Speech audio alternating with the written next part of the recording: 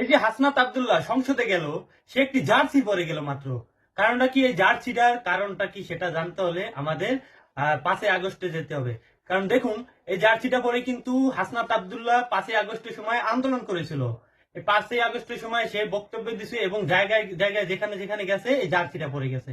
কারণ এই জার্সিটা এতটাই প্রিয় তার, এই জার্সিটা পরে যখন আন্দোলন করছে এই জন্যই নাকি এই জার্সিটা পরে এখন সংসদে গেলেন।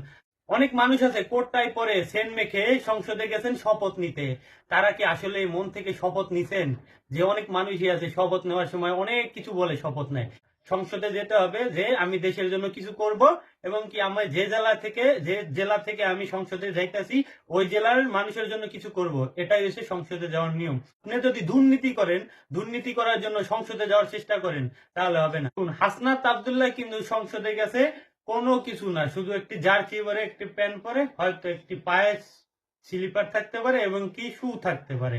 এইগুলা পরে হাসনাত আব্দুল্লাহ সংসদে গেলুম, এবং কি মানুষের বাহাবা সে শুনতেছে এবং মানুষ তাকে নিয়ে প্রশংসা করতেছে।